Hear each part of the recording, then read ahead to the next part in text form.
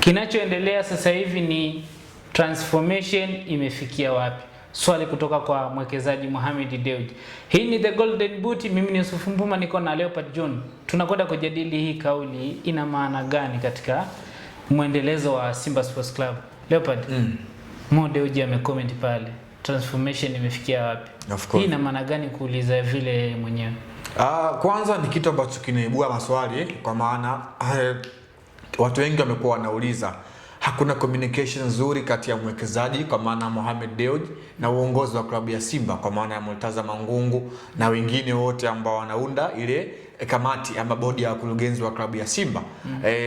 Kwenye presi ama mkutano na waandishi wa habari leo ambapo wameufanya viongozi wa Simba kwa maana mwenyekiti wa bodi ya wakurugenzi Magori pamoja na Mangungu ambaye ni msaidizi wake, kwenye ukurasa wa klabu ya Simba mwekezaji akacomment kwamba transformation imefikia wapi? Kwa maana klabu ya Simba tunafahamu ilikuwa ipo kwenye huo mchakato na wao pia kupita kwenye transformation kama ambavyo vilabu vingine vimeshapita tayari kwenye ligi kuu ya NBC Premier League ikiwemo Young Africans pamoja na Azam FC. Kwa Simba wao ndio bado tulipo tunasubiri mchakato uweze kuanza, lakini unaona ni kama vile hakuna mawasiliano mazuri kati ya mwekezaji ambaye yeye kwenye umiliki wa klabu ya Simba ana asilimia 49 and then wanachama wana asilimia 51. Kuuliza vile swali sio kama alikuwa anatania, it's very serious, akiwa anahitaji majibu juu ya hicho ambacho kinaendelea. Pengine ameshauliza sana kwenye privacy hadi kwa maana inbox amekuwa hapati majibu, ndio maana akaamua kuweka public. Kufanya vile ni kuweka public kwa sababu alikuwa anafahamu watu wengi wataona kile ambacho amekiandika kwenye ukurasa wa klabu ya Simba. Na kwa maana gani? So ujumbe umewafikia viongozi wa Simba. Anamaanisha kwamba yani ile pale kama vile kwataka kuwaajibisha viongozi wa klabu ya Simba kwamba watoke hadharani kama hivi leo walivyoitisha press and then watangaze mchakato rasmi kwa klabu yao, hasa katika upande wa transformation lini utaanza kwa maslahi mazima ya klabu. Tunaona klabu nyingi ambazo sasa hivi zimepitia kwenye huo mfumo wa transformation umekuwa una faida kwa sehemu moja ama nyingine. Watu wengine wamekuwa hawafahamu hasa uzuri wa transformation ama faida za transformation.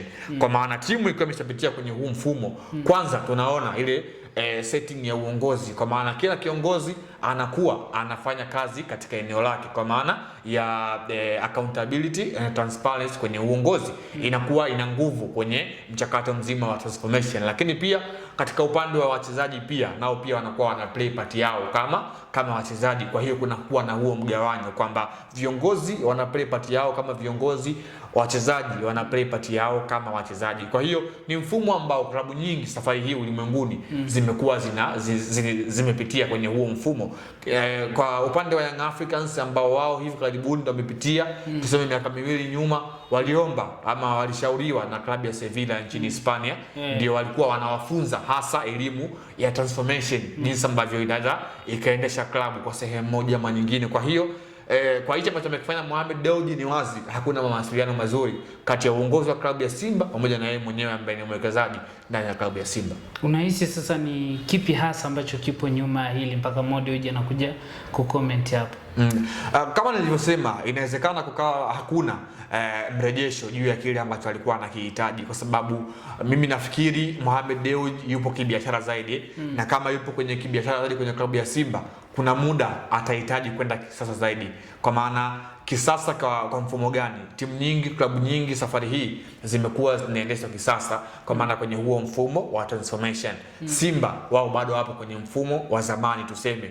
Kwa hiyo lazima naye pia anahitaji mabadiliko awe katika modern, kwa maana utandawazi wa wakati huu, jinsi klabu nyingi ambavyo zinaendeshwa. Ndio maana amekuwa anapush yeye kwa upande wake wa kibiashara, naye pia hawezi kuingia kwenye huo mfumo. Lakini kama nilivyozungumza, mpaka Mohamed Dewji kutoka hadharani na kuzungumza ama kuandika kwenye ukurasa wa klabu ya Simba kile ambacho amekiandika kwamba transformation imeishia wapi, ni wazi hakuna maelewano mazuri kati ya uongozi wa Simba.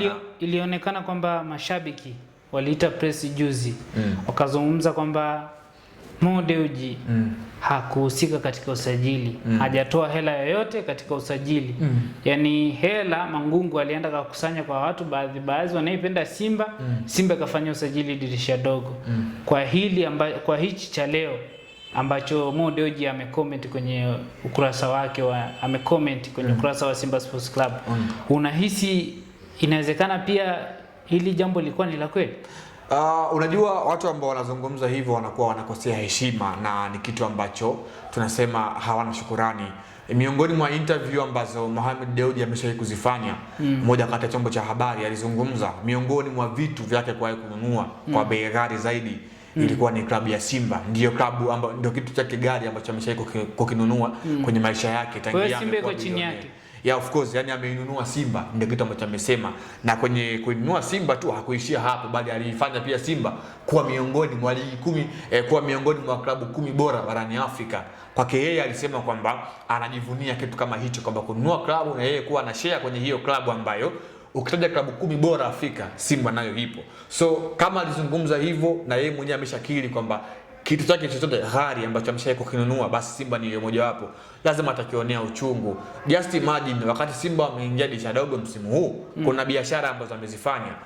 Wamemuuza mtu kama vile kwenda Santa Belouizdad kwa maana ya Jean Charles Ahoua, wamemuuza kiasi kubwa cha pesa kweli kweli. Lakini kuna mtu kama vile Chamwe Karabo, I think kuna contradiction, wamemtoa kwa mkopo. Of course ameenda TRA. Unaona biashara kama hizo ambazo Simba amezifanya ni biashara kubwa ambazo kwa upande wao wamekuwa wana improve kitu. Same pia kwa Mkwala amefanya hiyo biashara. Hawa wote sio kama wameleta pale hela ya nyanya, hapana. Kuna mzigo ambao umewekwa kutoka kwa Arabu Arabia ambao wamekuja pale kuinvest Simba. So unataka nini? Kama hela ile ambayo inatosha, kwa nini mdhamini aingize mkono alafu pia kuna kiasi cha pesa? Tumeona pia mzabuni mwingine kwa maana J-Roots alitoa ahadi ya mchezaji, ameleta hiyo ahadi kwa maana Ino Loemba. So ifike muda wana Simba wao wanazungumza vitu ambavyo vinaonekana, kwa maana kila kitu ambacho kinafanywa kila mmoja anaona sasa kwa sehemu yake. Lakini kwa hili ni wazi kwamba uongozi wa Simba hauna maelewano, hasa kwa hichi ambacho kimetokea leo. Kimeibua maswali mengi hasa kwa wanachama, mashabiki na sisi wengine ambao tumekuwa tukiamini kwamba kuna mshikamano kati ya Mohamed Dewji pamoja na uongozi wa klabu ya Simba. Endelea kuwa karibu na Anwar TV, tutajaribu kuwasiliana na viongozi wa Simba kutambua hasa ni nini kilichopo ndani ya Simba Sports Club mpaka mdhamini wa timu ana comment kitu kama kile. Kwa hiyo usiwe mbali na chaneli yetu hii, unaweza kusubscribe ili taarifa tutakayoitoa inayofuatia uweze kuipata kwa haraka zaidi. Asante. Hii ilikuwa ni The Golden Boot, mimi ni Yusufu, nilikuwa na Leopard John.